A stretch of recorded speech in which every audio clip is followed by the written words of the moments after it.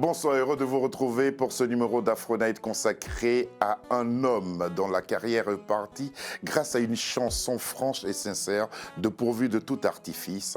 Et il a proposé cette chanson à un bon moment, au meilleur endroit, c'était à The Voice. Et depuis, on ne parle que de lui dans la cité. Daniel De Philippi, comment allez-vous? Très bien, merci. Qu'est-ce que vous êtes allé chercher là-bas à The Voice? En fait, ça s'est fait, c'est un concours de circonstances. Je n'ai pas cherché, on m'a proposé de le faire. Et j'ai pris ça un petit peu comme un défi. Et, au départ, j'étais pas très chaud pour y aller. Et puis, je me suis dit, après tout, pourquoi pas. Donc, je n'ai pas cherché, ça s'est fait naturellement. Tu es là, il était déjà écrit.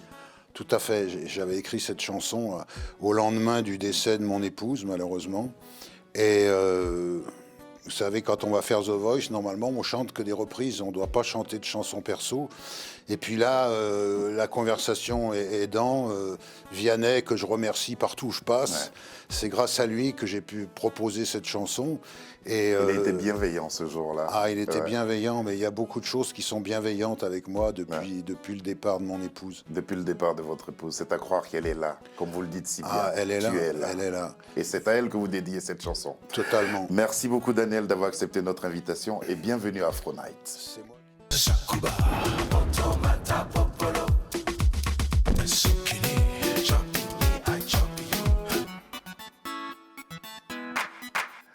Vous aimez le passé?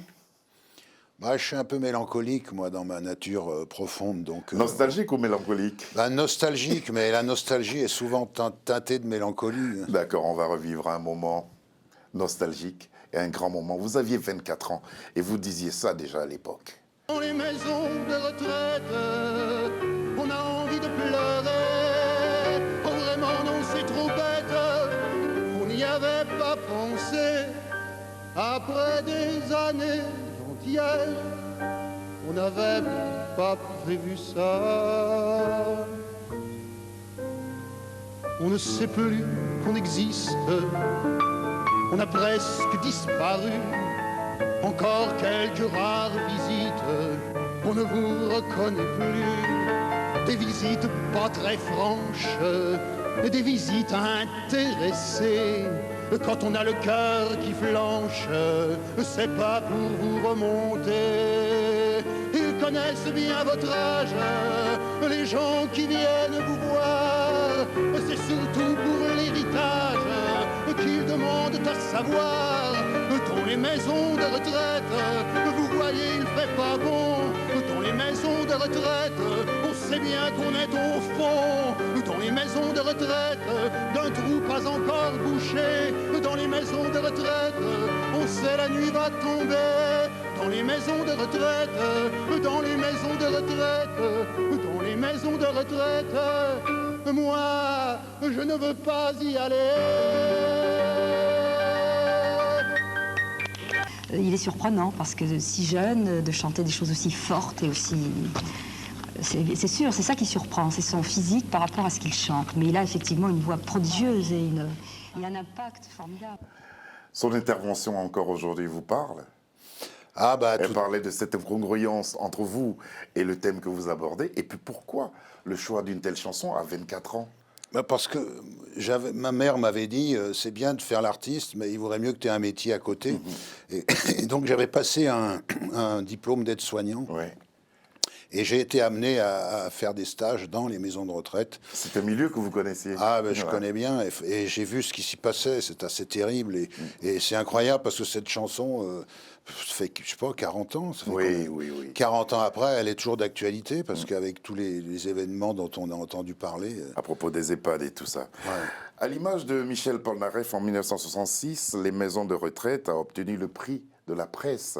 Oui. Ça a été récompensé, prix de la presse et de la critique au festival de la Rose d'Or d'Antibes en 78.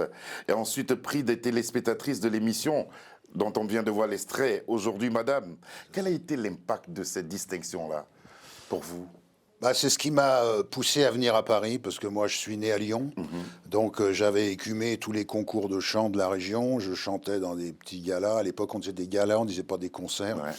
Et puis le fait d'avoir le prix de la presse et de la critique à Antibes, je me suis dit, il faut que je tente ma chance à Paris. C'est ce qui m'a motivé à venir ici. Et vous êtes venu à Paris. Comment s'est comporté le milieu musical vis-à-vis de vous à cette période-là? Ça s'est pas passé aussi bien que je pouvais le rêver, parce que j'arrivais à une époque où j'étais un peu décalé. On chantait pas ce genre de chansons. Oui. Et donc ça surprenait un peu. Puis si jeune, attaquer un thème comme ça, en fait, ça surprenait beaucoup. Mais c'était pas discographique, si vous voulez. Sur scène, ça remportait toujours un succès énorme. Mais les disques ne suivaient pas. Voilà, les disques ne suivaient pas. Et puis vous vous êtes lancé dans la défense de la chanson française à travers une émission culte qui a été longtemps diffusée sur les antennes de France 2 à l'époque, comme on le disait, Antenne 2. Et là, vous chantiez « Il suffit d'une chanson ». Ce n'est pas de la nostalgie, c'est pas qu'on est aigri, mais il faut dire les choses. Toutes ces jolies mélodies, ces textes bien écrits, c'est quand même autre chose. Je me demande bien souvent ce qu'il restera dans 20 ans. Je crois bien qu'il est grand temps d'aller refaire un tour du côté du talent. Il suffirait que demain on réalise enfin quelle est leur importance. Ce qu'elle est à travers les chansons que des générations ont grandi en silence.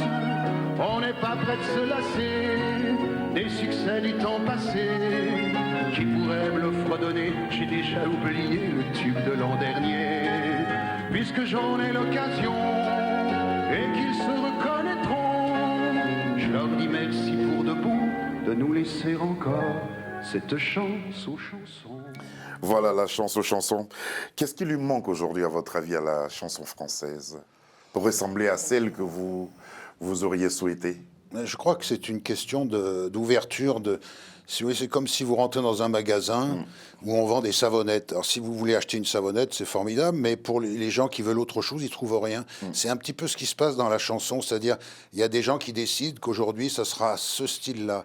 Il y a un panel de gens, toute une catégorie de gens qui aiment la chanson française. Ils ont tout Aznavour, ils ont Ferrat, ils ont Beko, ils ont Brel. On leur propose rien aujourd'hui. Et je trouve que c'est dommage. On passe à côté de gens qui seraient intéressés par ces chansons-là. Pascal Sevran vous manque encore aujourd'hui?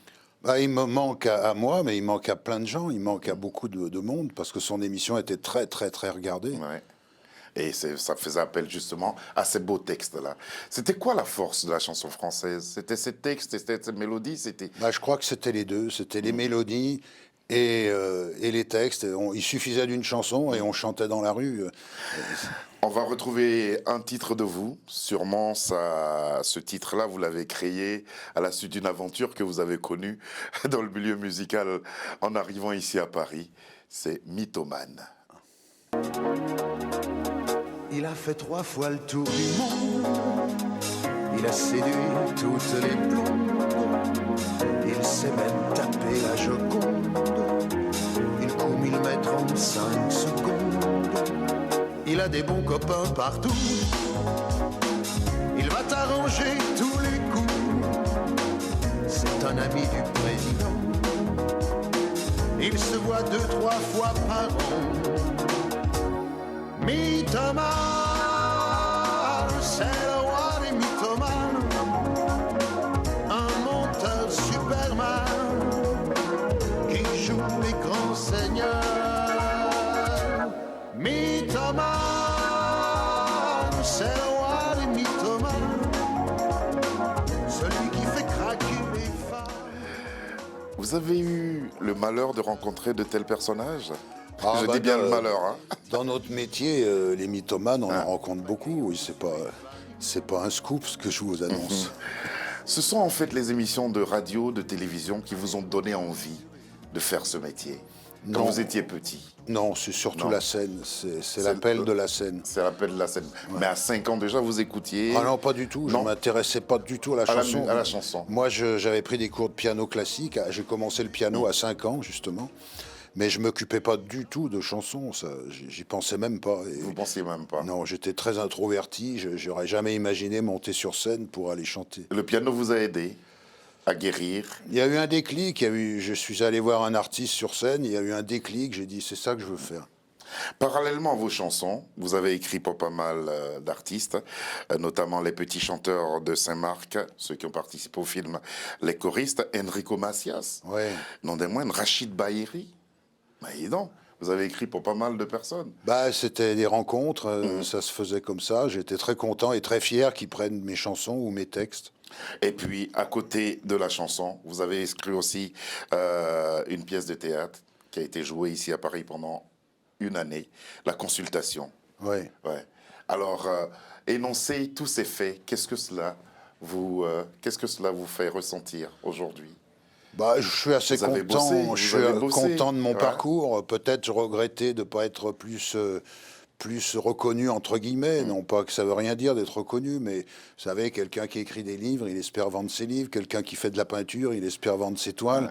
Donc, la reconnaissance, c'est important pour un artiste. Au-delà de la reconnaissance, qu'avez-vous gardé de précieux de cette période-là? Bah, l'envie de faire des choses, la chanson, c'est devenu une passion. Je ne sais pas pourquoi, je ne peux pas l'expliquer. Je sais pas, j'avais aucun antécédent dans ma famille, pas d'artiste. Je ne sais pas pourquoi je suis là. Ça m'est tombé dessus comme ça. C'était écrit comme ça. C'était écrit ainsi. Et puis à un moment donné, dans les années 2000, vous décidez de tout arrêter. Pourquoi? Bah parce que peut-être j'avais pas réussi à atteindre l'inaccessible étoile, comme disait Jacques Brel. Donc j'avais plus l'envie, j'avais plus la niaque. Il faut avoir envie pour monter sur scène. Il faut avoir du punch. Peut-être je l'avais plus. J'étais passé à autre chose. Bernadette de Lourdes, vous participez au casting? Ah oui, oui. Vous allez, comme ça, au casting, solliciter à être retenu pour la pièce? Tout à fait. En fait, j'avais vu une annonce où il cherchait un comédien de mon âge. Et c'est très rare dans une comédie musicale d'avoir un type de mon âge. Vous savez, à 35 ans, on est déjà un vieillard.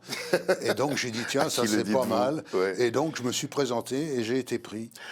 Deux personnages que vous campez dans cette comédie musicale. Oui, alors je fais le docteur Dozous qui a examiné Bernadette, qui Et m'a puis fait son l'évêque de rapport, Tarbes aussi. l'évêque de Tarbes. L'évêque de Tarbes. Et vous allez remonter sur scène? Alors, je profite de Allez-y. votre invitation pour l'annoncer à tout le monde. Le spectacle Bernadette de Lourdes va être joué en septembre 2023 au Palais des Sports de Paris.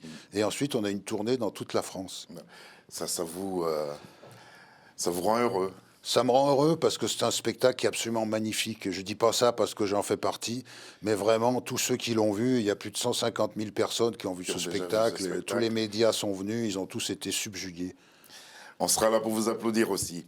Daniel de Philippi, on va maintenant entendre une chanson qui figure sur l'album qui nous réunit et qui s'appelle « On arrive un matin ». On arrive un matin sans savoir d'où l'on vient. On arrive un matin sans valise et sans rien.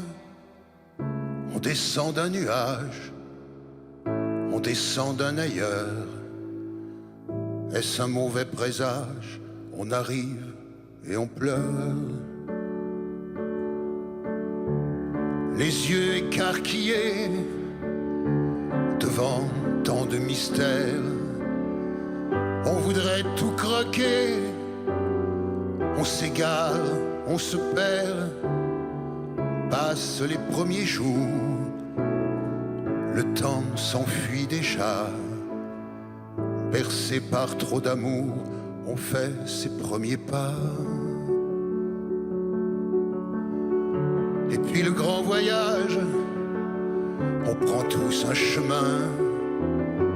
Avec ou sans bagage, on devient roi ou rien. Et combien de parages il nous faudra franchir. Et autant de mirages que l'on croyait tenir. C'est un champ de bataille, impossible combat. Si on n'est pas de taille, on tombe à chaque fois. Elle te donnera des ailes et après elle te casse. Elle est pourtant si belle, mais putain qu'elle est garce. D'espoir au ciel de pluie, où la vie nous entraîne.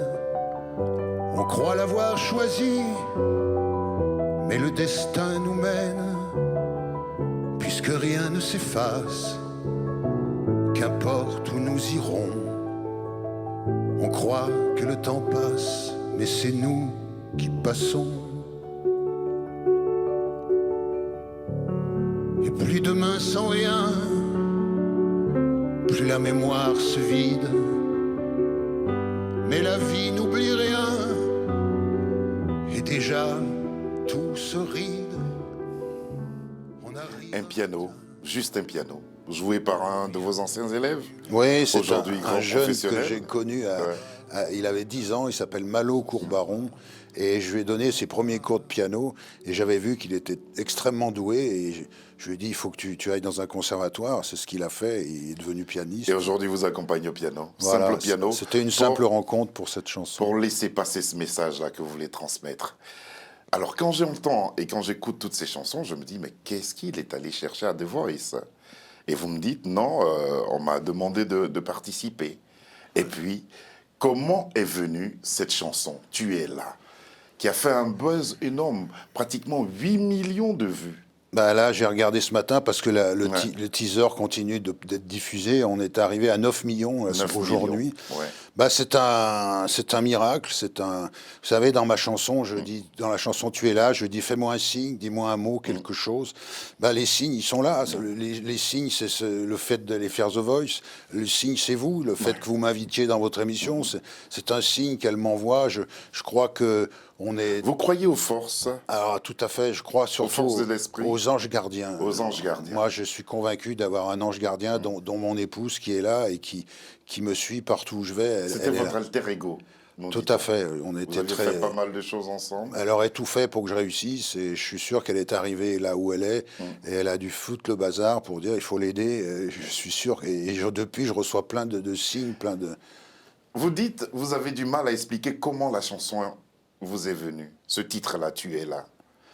Bah, j'avais pas rejoué de piano depuis pas mal, presque depuis plus d'un an, parce qu'on a connu des moments difficiles.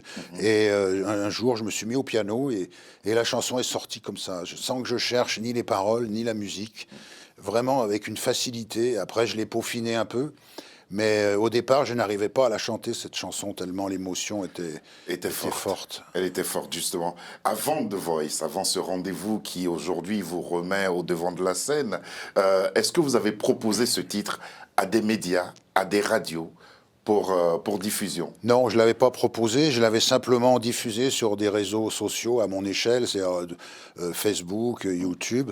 Et là, je me suis aperçu que cette chanson avait un pouvoir émotionnel incroyable parce que je recevais quantité de messages bien avant The Voice.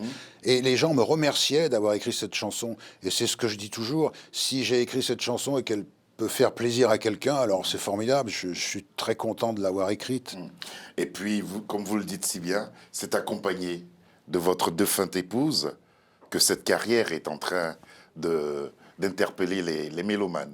Bah, tout ce qui se passe est miraculeux, c'est mystérieux, je le maîtrise pas et tous les jours je dis merci, merci, merci. Est-ce que vous avez refait votre vie après votre épouse? Non, Pas encore. non. Vous espérez Je laisse faire les choses. Mon ange gardien me guidera peut-être, ou peut-être pas. C'est pas moi qui décide. Mais pour l'instant, c'est sur le chemin de l'artistique qu'elle vous guide si bien. On va prendre le temps d'apprécier et de réentendre cette chanson que je vous conseille. Elle est sur YouTube et l'album est désormais présent sur toutes les plateformes et en physique aussi. Voici le titre de Daniel De Filippi, Tu es là.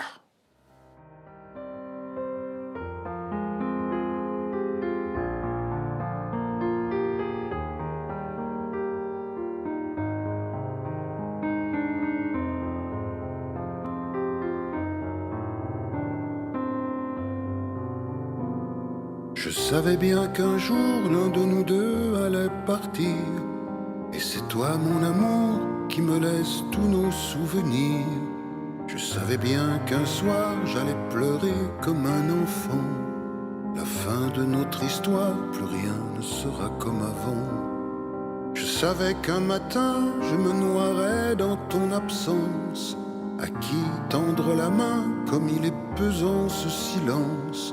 Il restait tant de jours, il nous restait tant de demain. Porté par notre amour, on aurait pu aller si loin. Mais tu es là, toujours tu seras là. Peu importe où je vais, tout me parle de toi. Et je suis là, avec tant de questions, écrasé de regrets. Je te dois des pardons. Je savais bien qu'un jour je connaîtrais ce grand chagrin. Et tous ces beaux discours, ces mots qui n'y changeront rien. Je te rêve apaisé dans un bel écrin de lumière. Tout est sérénité, je me rassure dans mes prières. Qu'il soit grand ton bonheur, tu méritais ton paradis. Ici tout n'est qu'un leurre, il me faut traverser la vie. Si je dois maintenant marcher vers un nouveau destin, je sais qu'à chaque instant, tu me montreras le chemin. Car tu es là, toujours tu seras là. Peu importe où je vais, tout me parle de toi. Et je suis là, avec tant de questions, écrasé de regrets. Je te dois des pardons. Je savais bien qu'un jour, l'un de nous deux allait partir. Et c'est toi, mon amour, qui me laisse ton si beau sourire. Je t'envoie quelques fleurs, je t'envoie quelques roses. Mais toi, fais-moi un signe, dis-moi un mot, quelque chose. Dis-moi un mot, dis-moi quelque chose. Le message lui est adressé. Comme une dédicace qu'on peut faire à tout le monde, même à un ami qui part. Au départ, je pensais raconter mon histoire et je me suis aperçu très vite que je racontais l'histoire de tout le monde. Ouais.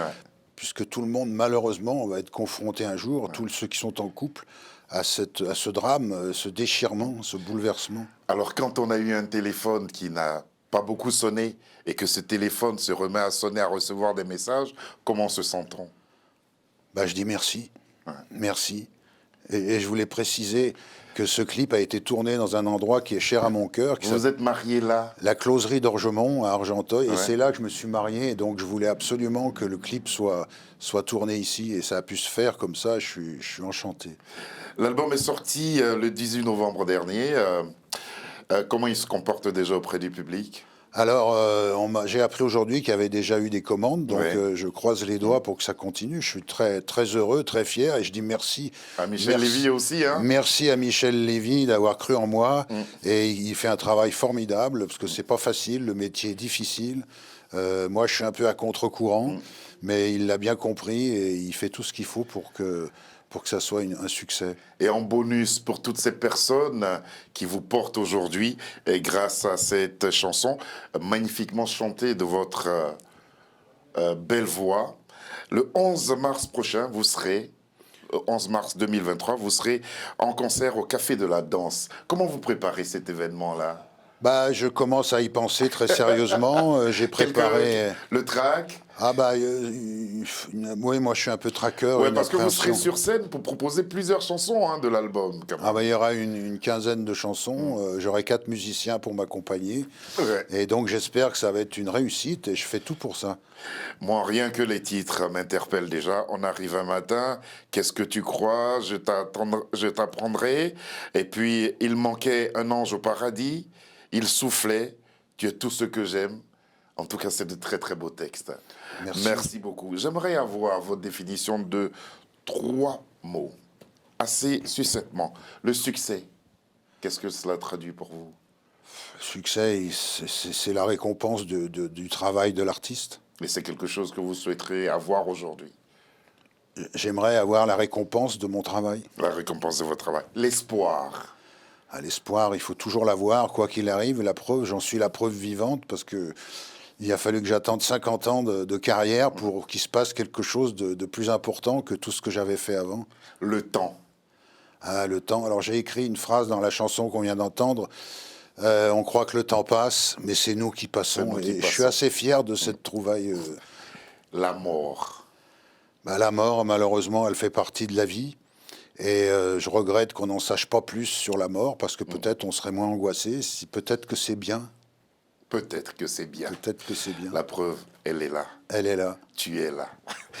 Merci beaucoup, Daniel De Filippi, d'être venu jusqu'à nous raconter cette belle histoire. C'est moi. Et puis, on croise les doigts pour que ce succès-là aille au-delà des frontières françaises et qu'elle atterrisse aussi sur le continent africain pour nous ramener un peu à ces textes forts qui nous ont donné envie d'aimer et d'être des passionnés de musique. Merci à vous, merci beaucoup. Merci à Michel Levy et à toute son équipe qui a permis cette rencontre. Merci à Sabir Gaïb qui a réalisé cette émission, à Lucie John qui s'est occupée du son et aussi de la lumière, de pas mal de choses sur ce plateau. Merci à Alexandra, merci à Davina et un grand merci à Marie pour nous avoir donné un énorme et un sacré coup de main pour préparer cette émission qui nous a mis face à Daniel De Filippi. L'album, il est disponible sur les plateformes et aussi en physique. Tu es là, cela s'appelle.